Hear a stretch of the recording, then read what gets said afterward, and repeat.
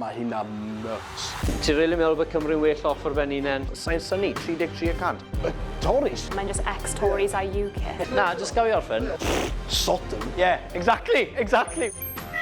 4 dieithrin. 1 cwestiwn mawr. Cyn dod i fewn i'r bocs, fe wnaethon nhw ateb cyfres o gwestiynau i weld ble maen nhw'n sefyll. Ar ôl trafod, bydd yr arbrawf yn dangos a yw ei safbwynt wedi symud. Croeso i y bocs.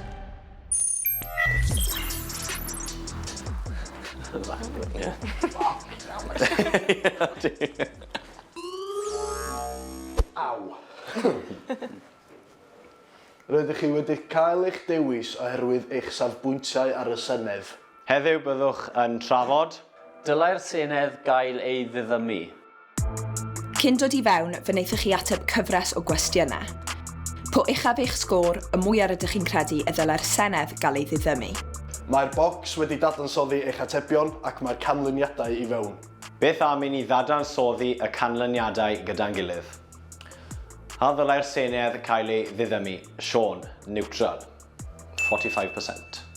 Sean Roberts, 24 mlwydd ddod.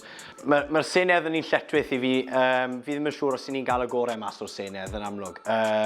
Ni'n cael siwgmen o polisïau a rheolau'n dod mas o'r Senedd yn enwedig yn y sector amaeth sy'n hollol bizar, sydd ddim yn gwneud synnwyr. Sy'n teimlo fel bod y polisïau a'r canlyniadau ni'n gweld o'r Senedd ddim yn dod â canlyniadau da i'r wlad. Jack, neutral, 60%. Jack Davies yw enw fi. Fi'n 28 mlwydd ddod o'r Llangadog. Fi'n credu mae lle i'r Senedd yng Nghymru, ond yr Blaid Lafur yn gwneud job yn absolutely awful ers yn y fod yn pŵer, a maen nhw jyst yn mynd yn wath o wath. Dim byd da i amathyddiaeth, le mae'n cael o'n ni'n yn byw fel y fe, yn gweithio ac yn byw mewn ardal amaethyddol iawn. Felly mae hwnna'n bwysig iawn i ni fel y fe.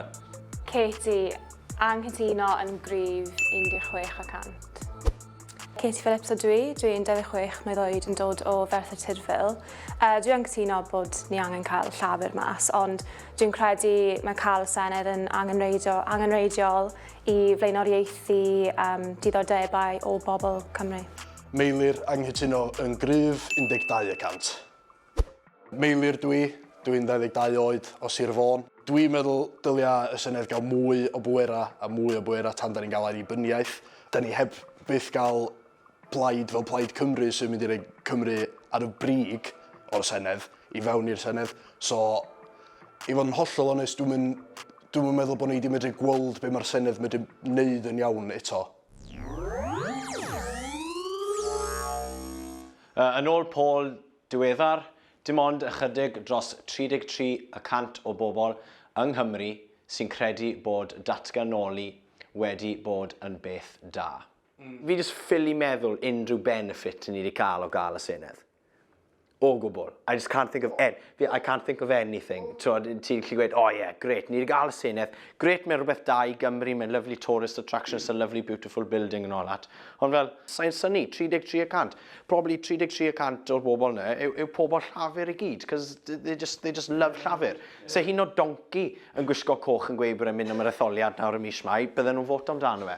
Mae'r Senedd angen bod i Gymru, dim i blaid sydd yn Nghymru. Surely os byddwn ni'n datganoli mwy o bethau i Gymru, bydd ganddyn ni mwy o grym o San Steffan. Ie, sa'ch chi'n gobeithio, ie. Fel, os ti'n cymharu i'r Alban, mae nhw wedi datganoli lot mwy na ni. Dwi'n meddwl mae Eluned Morgan bach yn fel out of touch gyda beth sy'n mynd ymlaen gyda pobl cyffredin. Mae Plaid Cymru yw'r unig plaid sydd gyda fel plan i helpu pawb yn Cymru a fel pob cymuned i gael mwy o arian. A dwi ddim yn gweld hwnna reform fel... Mae reform, does ddim ots gyda nhw am beth sy'n digwydd i Gymru. Mae nhw'n meddwl mae Cymraeg yn fel... Beth yw'n dweud? Ie, bod o'n iaith... Ie, foreigner, ie. Nigel Farage, dwi'n meddwl. Dim ond 14% o bobl ifanc yng Nghymru oedd yn ymwybodol o'r etholiadau Senedd sydd ar ddod. Mae hynna'n nuts. 14%. Ond tro yma, sa'ch chi'n feddwl, bod Plaid Cymru unau'n mynd i fewn, neu Plaid fatha Reform unau'n mynd i fewn, sa mwy o bobl yn ymwybodol o fydda dwi angen dewis rhwng yna'r ddau yna, cos maen nhw'n mynd i newid y wlad yn gyfan gwbl. This is literally, excuse the pun, but politics needs reform in a way o ran just fel people, sy'n mae pobl yn gwybod beth sy'n mynd mlaen, beth sy'n dod lan, it just needs a complete change. A byddai mwy na thebyg yn ochri at reform ar y foment. Am be'n benodol? Just am y newid na. Sa chdi erioed yn fotio am Tories? Fi wastad i fod o Tories. Do, ti wedi? Sai beth i fod o Plaid, fi'n mynd i weid na. Sai beth wedi. Na llawer. A di hynna achos o fydda'r ochr ffermio iddo fo? Ie, lot o fe eisiau rod, ie. A jyst maen nhw mwy down to earth gyda pobl, really. Tories? Ie. Oce. It's the... Mae Plaid yn gret mewn rai ffyrdd, ond maen nhw mor nationalist. Fi sy'n teimlo fel, it's all about Cymru fach. Why should a particular party go in just because people are bored of the other party? Dyna di'ch arguments chi amdan pleidleisio dros reform yn lle o'r Conservative? Because it's a new party, it's a new party. That's my point, it's a new party. Mae ddim really yn newid, mae'n just ex-Tories a UKIP.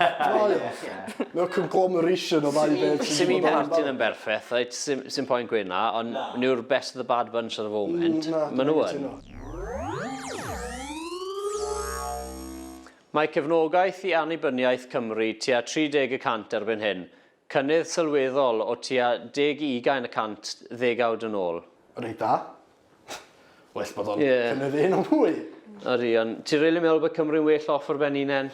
Ynddo. Meddwl di am defence system na, right? Pwy defence system sydd yn Cymru? Lloegr. Yeah, exactly. Yeah, exactly. Se Cymru'n annibynnol, na, dys gael i orffen, se Cymru'n annibynnol, a bod y líder newydd Iran nawr yn mynd i pigo'r Cymru, a gwed am esiampl o nawr, pwy defence system bydd y Cymru gyda nawr? Pwy di defence system Werddon? Sa'n ni siarad ti Werddon? Oce, ond mae Werddon yn yr union rhywun sefyllfa a Cymru os o'n i'n annibynnol. Sy'n os ti nhw? Wel, oes, maen nhw lad mwy cyfoethog, pam sa'i Iran ddim yn mynd ar ôl nhw, pam sa'n mynd ar ôl Cymru. Sa'n becsom ti hwnna, fi'n gweud bod ti'n siwr bod Cymru'n mynd i edrych ar ôl i hynna. Ie, be dwi'n gofyn, ydy ateb y cwestiwn yna, ydy sy'n mae Werddon yn edrych ar ôl i hyn. Sa'n becsom ti Werddon? We should do the same as Werddon. Wel, yn union, cos mae wedi gweithio iddyn nhw, maen nhw'n neutral, dyn nhw'n gorfod mynd. Nisio mae Cymru'n mynd i ffundo fe nawr? Mae'r RAF bases i gyd yma. Di Lloegr ddim yn mynd i weld ni mynd yn annibynnol am Sodom, but da ni literally connected iddyn nhw. Mae'n dal mynd i fod sort of... Di annibyniaeth ddim yn meddwl hollol bob dim gon. Mae'n meddwl mae'r llywodraeth yn cael ei newid yn hollol yn gyfan gwbl. Dwi'n meddwl bod y defence angen newid yn hollol yn gyfan gwbl. Dwi'n meddwl bod y trade angen... Ti'n meddwl bod yna half borders? Dwi'n meddwl ddim yn annibyniaeth? Wel, yndi, yn llywodraethol yndi mewn annibyniaeth. Ond mae'n dal pact, beth i fel di NATO. Mae gen Lloegr biliyna werth o fydda military bases a bob math o resources o fewn Cymru. Da chi'n meddwl bod nhw'n just mynd i fynd gewch chi nhw? Na, maen nhw'n mynd i edrych ar ôl nhw'n dal.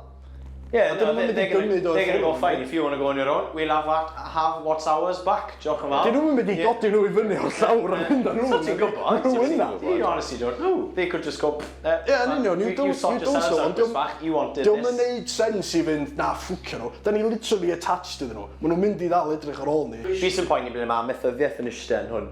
Should i ni mynd i trade o? How are we possibly going to trade? Mae'n yna wir. That's gofio i sydd wedi pwy o bai Brexit. Fydda un yn benodol. Fe wedi gofio, dechrau fo... Ie, Nigel Farage, ie. Nigel Farage yn blaen hwnna. Wow, hwnna'n sort of weird. Ond, right, the ffarm o lower well nawr o beth oedd e. So, o Brexit di wneud ffarmio yn waith a wedyn gwell? Na. Sa chdi'n dweud? Na, sy'n cael nath o fe'n wath o gwbl. Na. It didn't go down, it didn't go anywhere. A wedyn, ers i pethau setlo, mae'n just re-skyrocket. Ond ti'n meddwl bod hynna, sa hynna'n hollol wahanol i annibyniaeth i Gymru, sa fo ddim yn cael yn well erbyn diwadd. Mae amser trafod wedi dod i ben, ydych chi wedi newid eich meddwl, neu efallai yn teimlo'n gryfach fydd ar y mater. Mae'n amser i chi ailateb eich holiadur.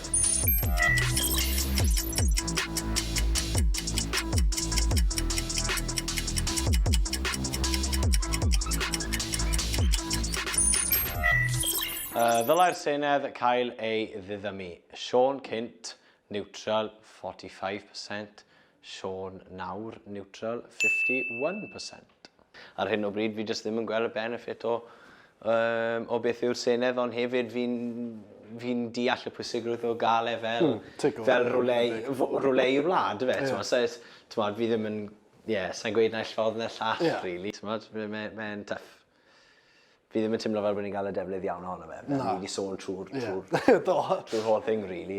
Ni'n gyd y gytun yna, just fel i ni'n cael y gorau mas ohono fe yw'r peth galed, Katie Cynt, anghytuno'n gryf 16%. Katie Nawr, anghytuno'n gryf 10%. Dwi ddim yn teimlo fel bydde fi'n symud o'r safbwynt yna ar bendant ar ôl ysgwrs chwaith. Dylai'r Senedd gael ei ddiddymu. Jack yn gynt, neutral 60%. Jack Nawr, cytuno 65%.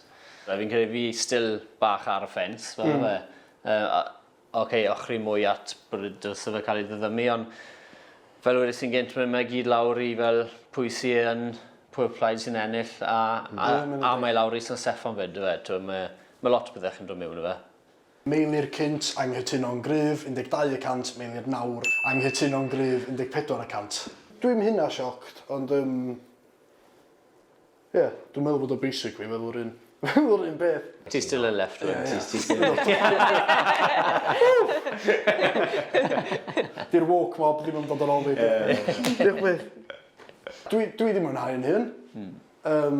Dall perspektif bobl arall bach mwy. Cytuno, fel bod neis cael barn chi pobl eraill arno fe. Fel gang o boes dyn ni gytre yn siarad am bwyty pethau fel hyn, ni gyd yn cytuno. Mae neis i siarad a sgwrsio am bwyty fe gyda rhywun sy'n meddwl yr ochr arall i weld y balans. Dwi'n meddwl fi'n gallu bod mewn bubble weithiau o pobl sydd gyda yr un views. A fel product for the environment math o beth, so pwysig o gwmpas hi. So mae'n neis i cael fel long discussion gyda pobl, fel gyda completely wahanol fel opinions a stuff. A dim ffrio dros o. Na. Dim cael yr un rhan mol awr gwddw. Just y barn cryf na. Rheswm gyda ni dros beth ni'n credu, mae rheswm gyda chi hefyd yn beth i chi'n credu. So ti'n mynd... Na, sy'n gwrdd. Fel, obviously mae Siôn o fi'n cytuno ar ochr ni o fe, chi'n cytuno ar ochr chi, ond ni hefyd yn cytuno pethau yn y canol fyd, fe. Yn union, Mae'n rhywun fath o common ground. Diolch am rannu eich barn yma heddiw yn y bocs. Croeso. Nes gwrdd. Nes gwrdd. Nes gwrdd chi. Falch yn ysgrifennu.